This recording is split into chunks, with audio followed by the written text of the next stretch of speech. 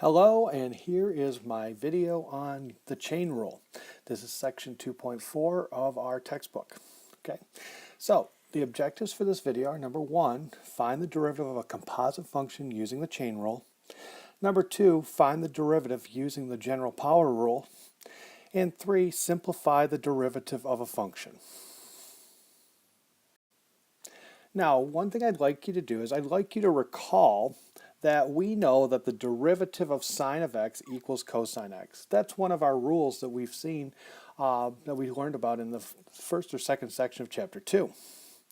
Now, what I'd like you to do, I want you to go and do a couple things. Number one, once you pause the video, I want you to go and give me your estimate, your best guess as to what the derivative of sine of 3x is going to be.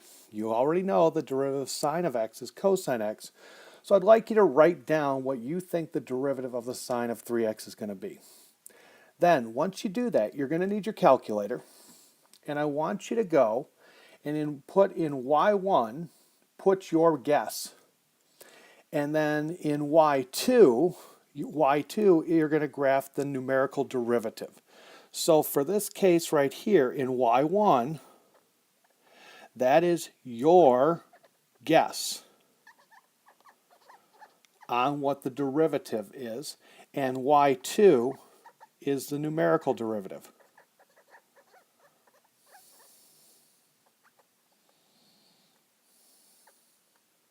This is the calculator function we did before, the n deriv or the dx. It is under the math menu, and it's number 8. So I'd like you to graph those. Now, when you do that, once you see the graph, you do just do a zoom 7. Once you do that, when you look at your graph, you should see either one graph. If you see one graph only, then you know you did it correctly. If you see two graphs, you know you have to make a change. You need to modify your guess. And I would like you to go and try to modify your guess so that until you get where you see just one graph. Okay? So pause the video, make your guess on the derivative of sine of 3x, check it, and if it matches up, or when you get it to match up, then come back and we'll talk more about the chain rule.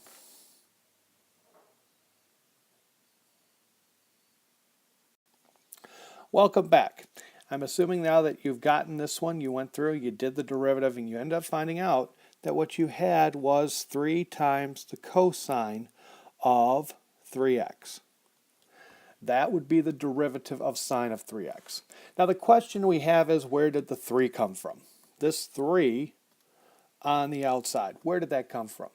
Well, really where it comes from is this inside function.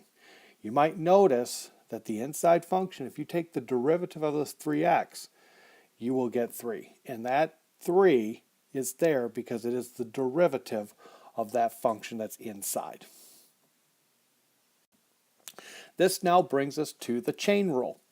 What the chain rule says is this: if y equals f of u is a differentiable function of u, and u equal to g of x is a differentiable function of x, then y equals f of g of x is a differentiable function of x, and two ways to look at this: dy dx is equal to dy du times du dx, or the derivative of f of g of x with respect to x is going to be f prime of g of x times g prime of x. Now the one thing I want you to notice, it especially stands out in this derivative formula here, in the bottom one, the second one.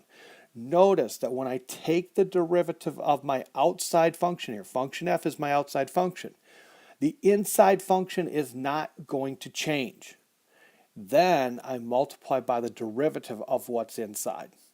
Also, in this notation up here, this is often useful for people because of the fact that if you just do basic fraction calculations, you'll notice that the du's will end up canceling each other out, And so it would simplify that. What's on the right would simplify to be dy dx. This now also allows us to kind of revamp the power rule. So we have what is now called the general power rule. And the general power rule says this: if y equals the composite function u of x to the n power, then the derivative of y with respect to x is going to be n times u of x to the n minus 1 power times du dx, which is the derivative of that inside function. Or the d dx of u to the n is n times u to the n minus 1 times u prime. Again, in both cases, I want you to notice that the inside function does not initially change. We deal with the derivative of the outside function first with respect to what's inside, and then multiply it by the derivative of the inside function. Let's take a look at a couple examples to see if we can kind of make sure that this is very clear to you. For our first example, we're going to take the derivative with respect to x of sine of x squared. So in this case, my outside function is sine of sine, and my inside function is x squared. Okay, now when I go through and work with these, what I often do when I'm working with these derivatives is I will go through and I will ask myself, I'll start out, I'll look at that function, identify the outside function, and I ask myself, what is the derivative of that outside function of something? And then I will answer that. Now the something represents the inside function, whatever's inside, and that is not going to change. Okay, so in this case, I look at this problem, I say, okay, my outside function is sine. So I say, what is the derivative of sine of something? Well, I know the derivative of sine is cosine. So in this case, it is going to equal the cosine of my something, cosine of x squared. That's what's inside. And then I multiply it by the derivative of my inside function. The derivative of x squared is 2x. So I'm going to multiply by 2x. That's a multiplication there. So I know the derivative of sine of x squared is 2x cosine of x squared. Let's look at another one. In this case, what I have is the derivative with respect to x of the quantity x squared minus 6x raised to the fourth.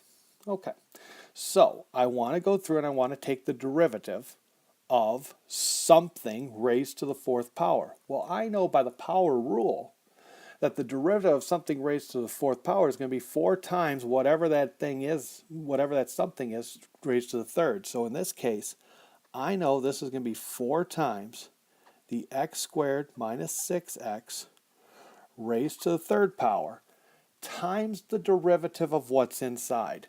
Well, my inside function in this case is this part right there, the x squared minus 6x. So I'm going to multiply that by the derivative of x squared minus 6x, which we know is going to be 2x minus 6. So in this situation right here, the derivative of x squared minus 6x to the fourth power comes out, and if I simplify it, that's going to equal, take the 4 times the 2x minus 6, so it's going to end up being 8x minus 24 times the x squared minus 6x to the third power. That would be my derivative of this particular function. What I'd like you to do, pause the video, make sure you have this down, and make sure you're comfortable with where each part of my derivative, where it came from. Okay?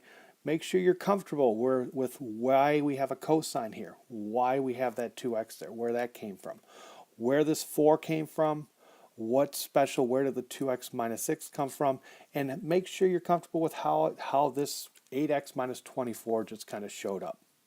Pause the video, make sure you're comfortable with those, and once you're done, start it back up and we'll move forward.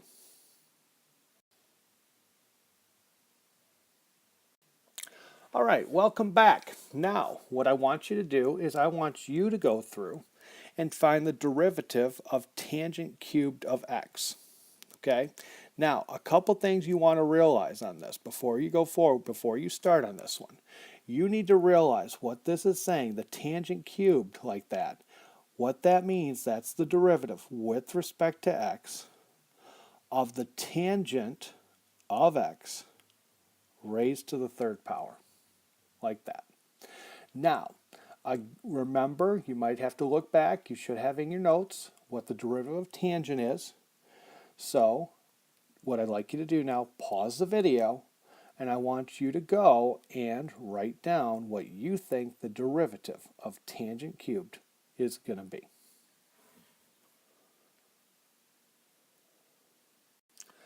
Okay, welcome back. What you see now, you see the work all there.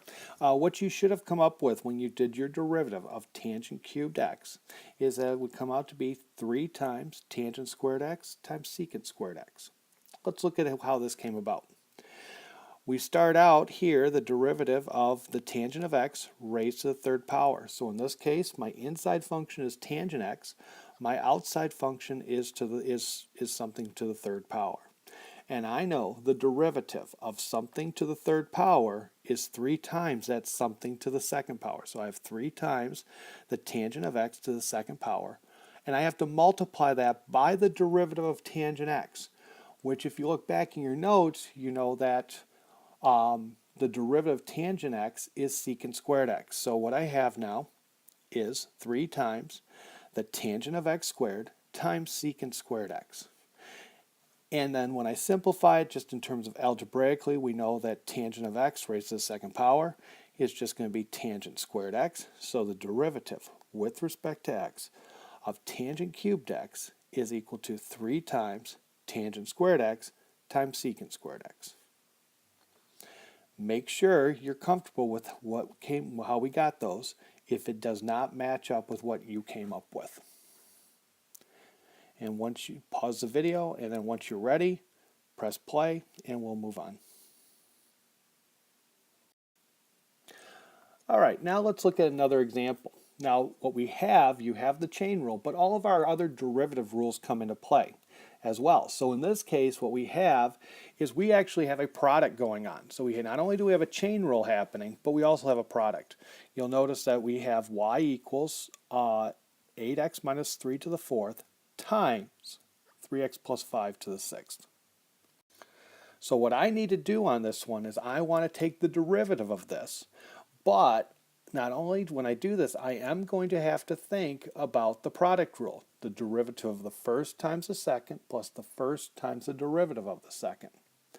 So in this case, if I want to find the derivative of y with respect to x,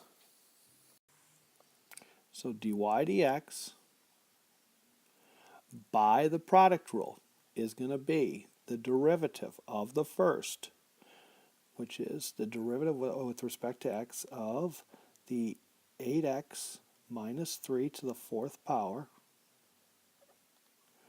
times the second, so times 3x plus 5 to the sixth, plus the first, the 8x minus 3 to the fourth power, times the derivative of that second, which is going to be the derivative of 3x plus 5 to the sixth. So the way this works is I have to go through on this, and I know I have to take the derivative here. The derivative first is going to be the derivative of 8x minus 3 to the fourth power. Well, in this case, my outside function is to the fourth power. My inside function is 8x minus 3. So I know the derivative of something to the fourth power, that is going to be 4 times that 8x minus 3 to the third power times the derivative of what's inside. Well, the derivative of 8x minus 3 is going to be 8. So times 8. And I'm still going to multiply it by that 3x plus 5 to the sixth power. To that, I'm going to add the 8x minus 3 to the fourth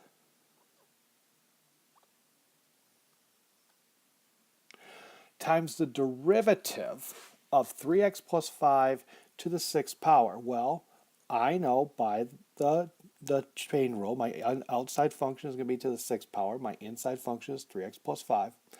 So the derivative of something to the 6th power is that's going to be times 6 times that something, which in this case is 3x plus 5 to the 5th power, times the derivative of that inside function again, and the derivative of 3x plus 5 is going to be times 3. So what I'd like you to do now, pause the video, make sure you're comfortable with everything that I have in this line. If you are, then we can move forward, and we're just going to simplify that from this point forward.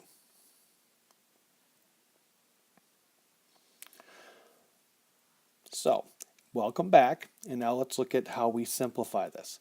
In this case, the first thing I'm going to deal with is these constants that I have. The constant here, the 4 and the 8, and then over here the 6 and the 3.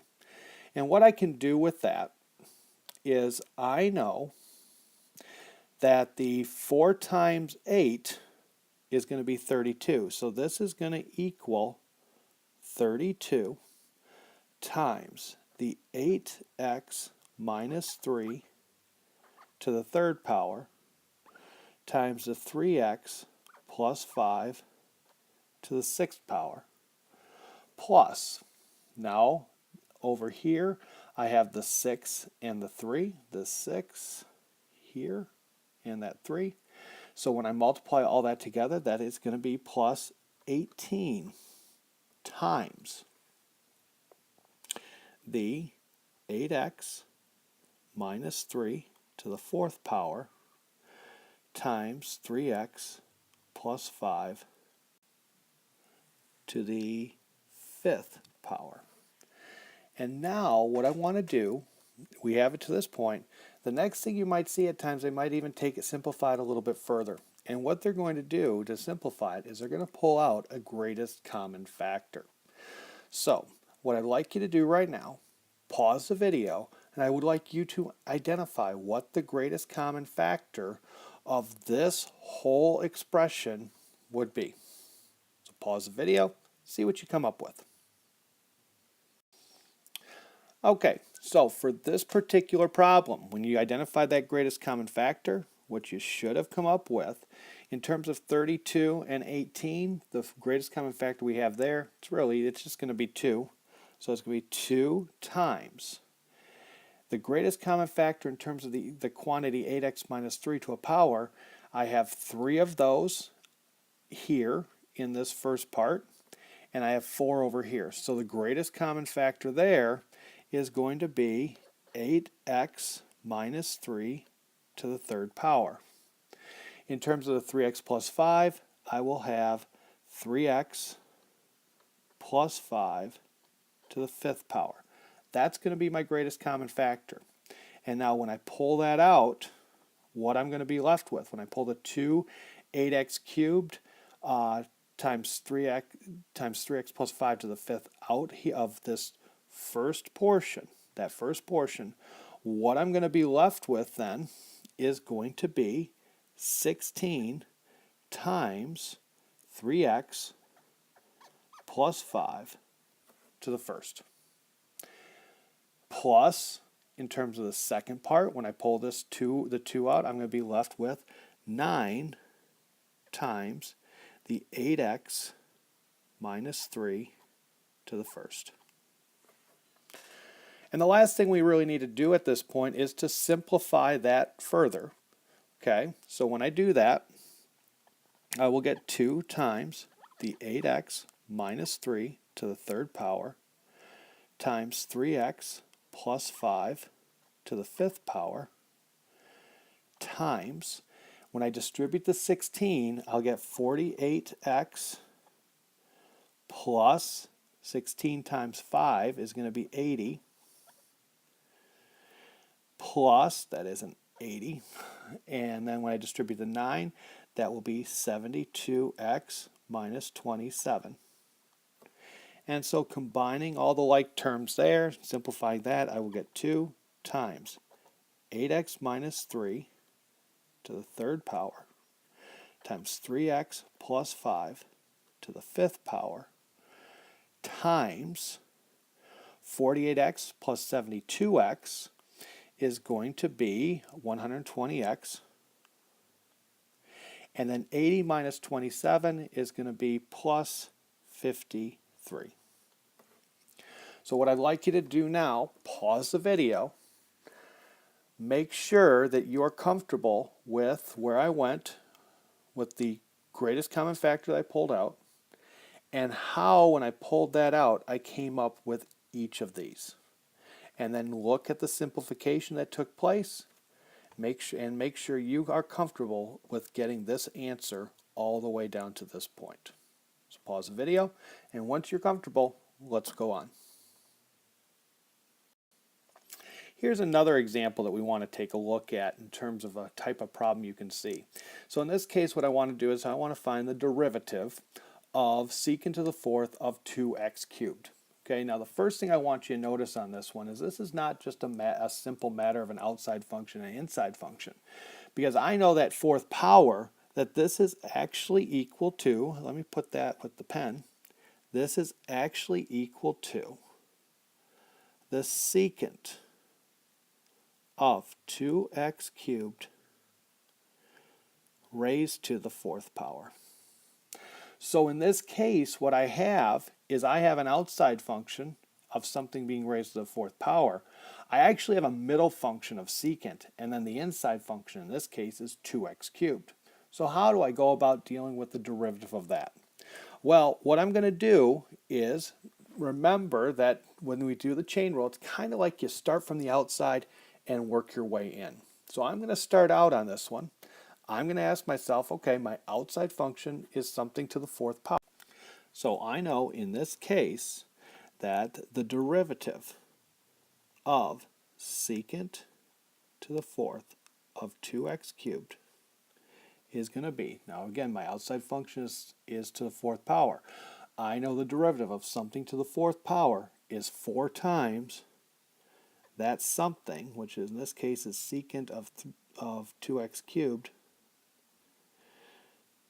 to the 3rd power, times the derivative of my next function. So I start from the outside, work my way in. The next function is secant. The derivative of secant of something we know is secant of that something times tangent of that something, because the derivative of secant x is secant x tan x. So it's going to be the secant of the 2x cubed times the tangent of 2x cubed times now the derivative of that inside function, which the derivative of 2x cubed is going to be 6x squared. So what I have now with this, when I go to start simplifying it, I can go through and say, well, this is equal to, that's equal to 4 times the 6x squared is going to be 24x squared times, now this is the interesting part, I have a secant of cubed, secant of 2x cubed raised to the 3rd power, times another secant of 2x cubed. So that is going to be secant to the 4th of 2x cubed times the tangent of 2x cubed. So my final derivative on this one is this function right here.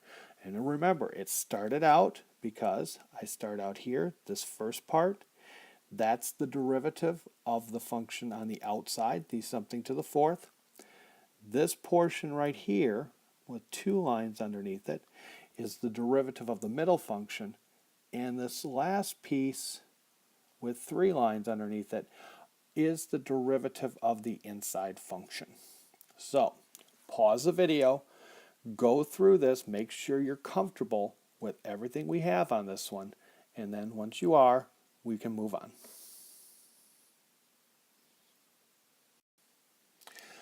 Well, this really does go and kind of conclude our video for the chain rule. What I would like you to do is I'll complete your whisk, but I'd like you to add on one thing onto this, okay? I would like you to go through and write down, I want you to do, it's in its essence, it's page 136, number 26. I want you to find the derivative with respect to x of 1/2 x squared times the square root of 16 minus x squared. So go through and do that one. Now remember, the square root of 16 minus x squared, you can, if it helps, and it probably will, remember that when I have the square root like that, that's actually, I can think of that as 16 minus x squared to the 1/2 power. So go ahead, take the derivative of that and just write that on the bottom of your whisk and turn it in when you come to class on Friday, and we will go from there. So thanks for doing all this, and we'll see you at the next class.